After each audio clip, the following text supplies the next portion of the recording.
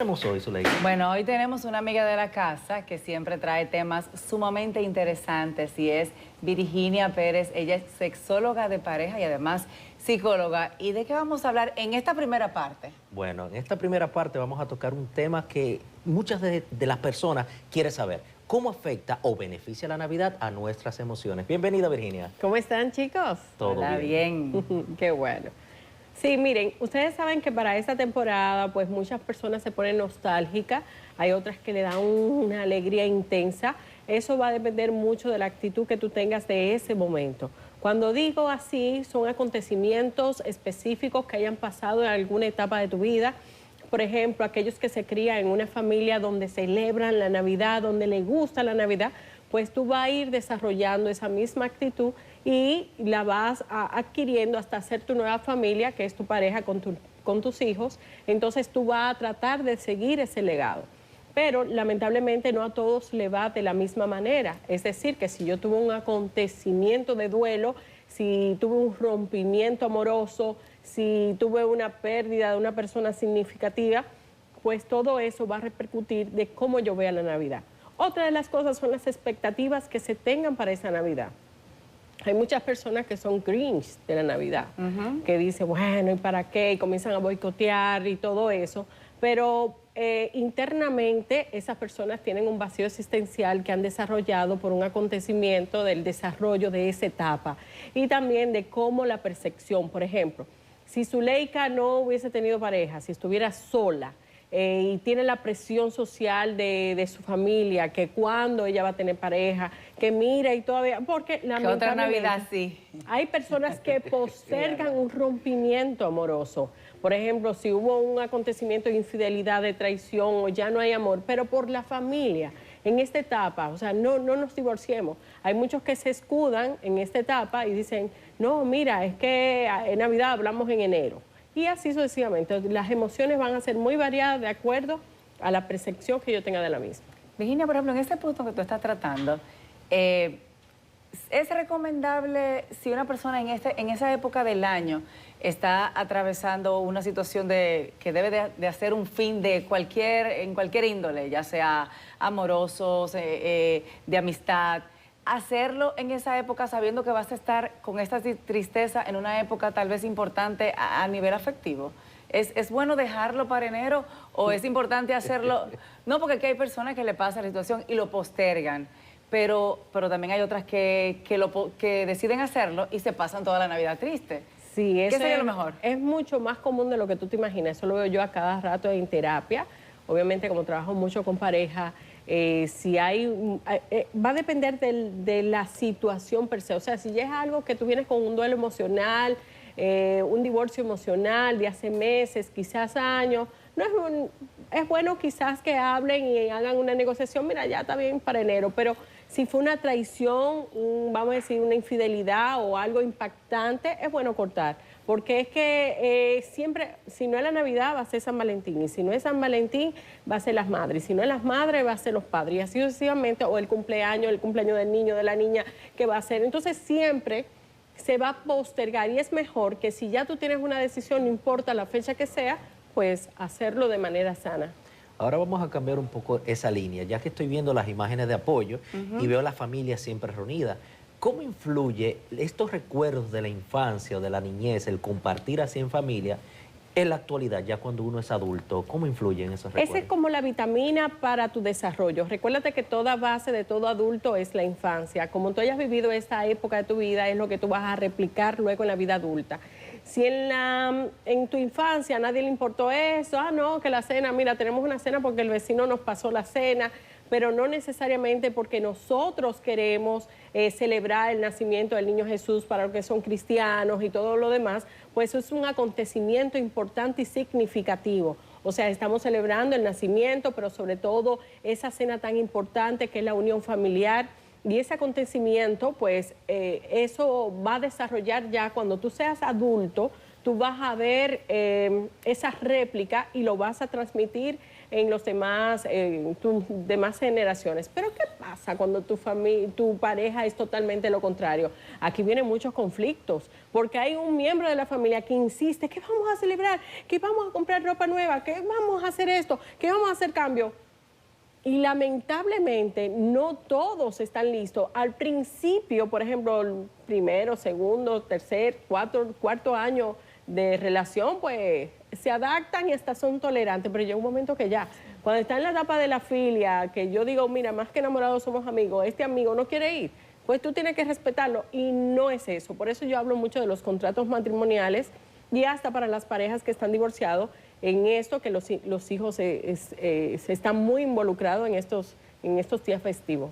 Tú sabes que eso es un tema muy interesante también, el punto de las familias que en un momento estuvieron juntas, pero tienen que afrontar esta situación de separación.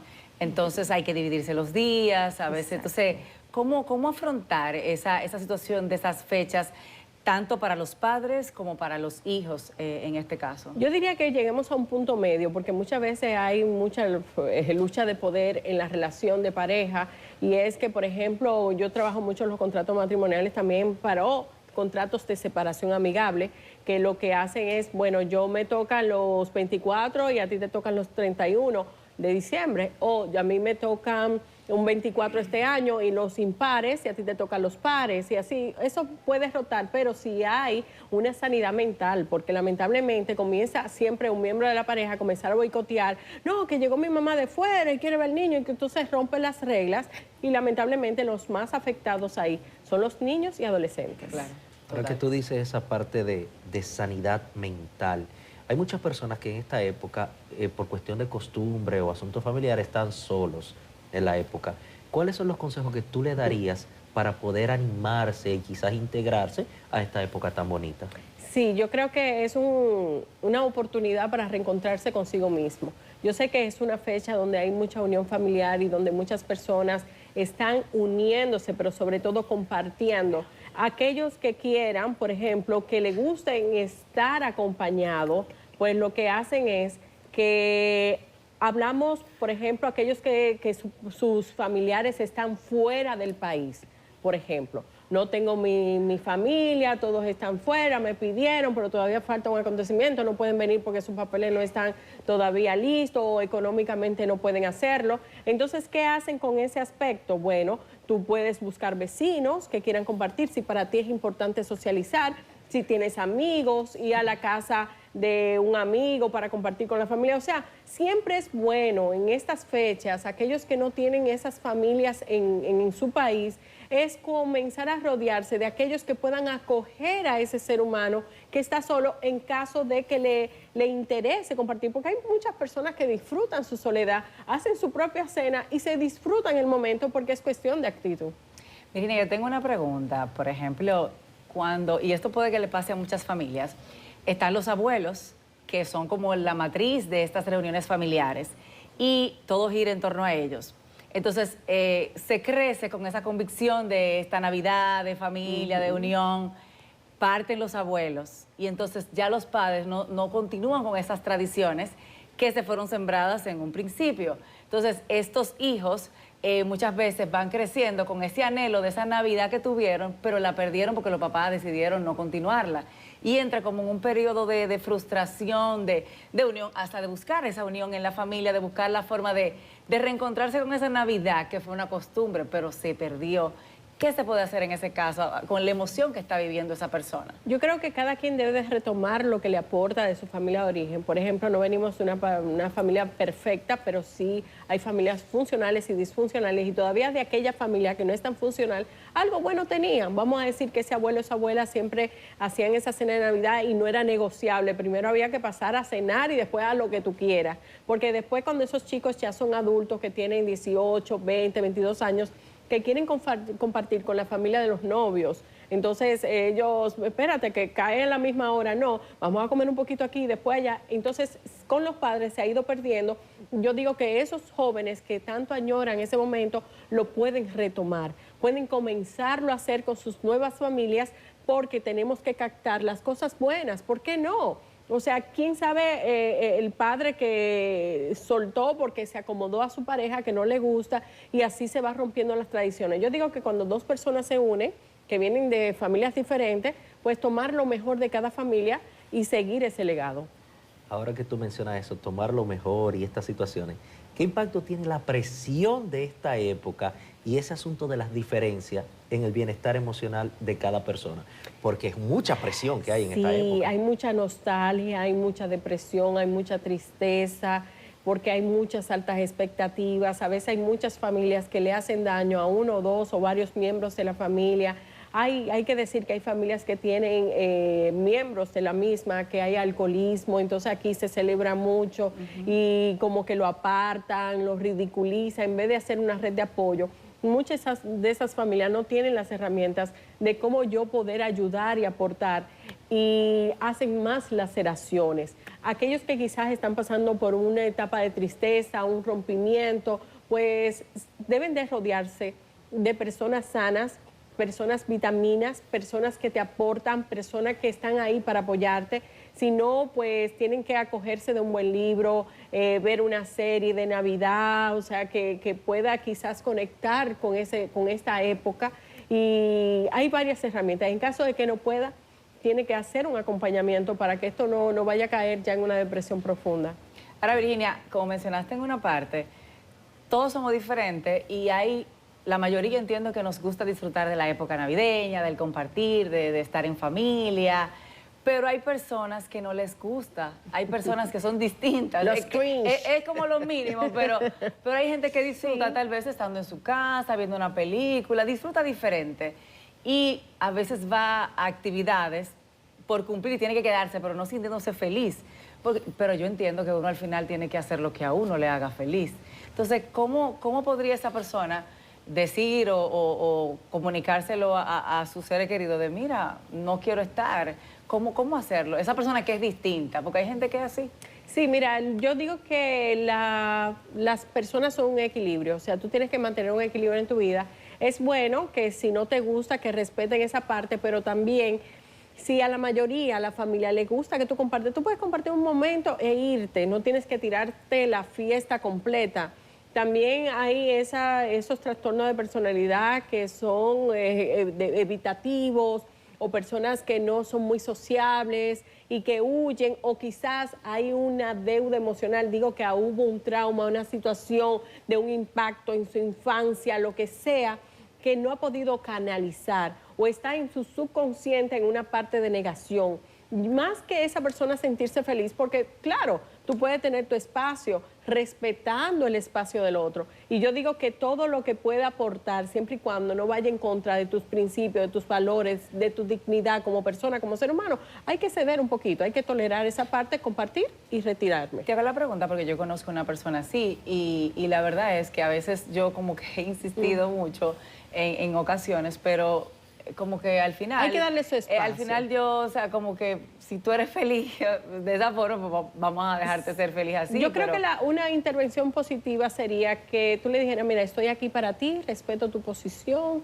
me encantaría que compartieras un momento con nosotros o como tú quieras, pero cualquier momento que tú te animes, estoy aquí. O sea, dejárselo libre, porque si tú le dices, no, si tú eres así, entonces...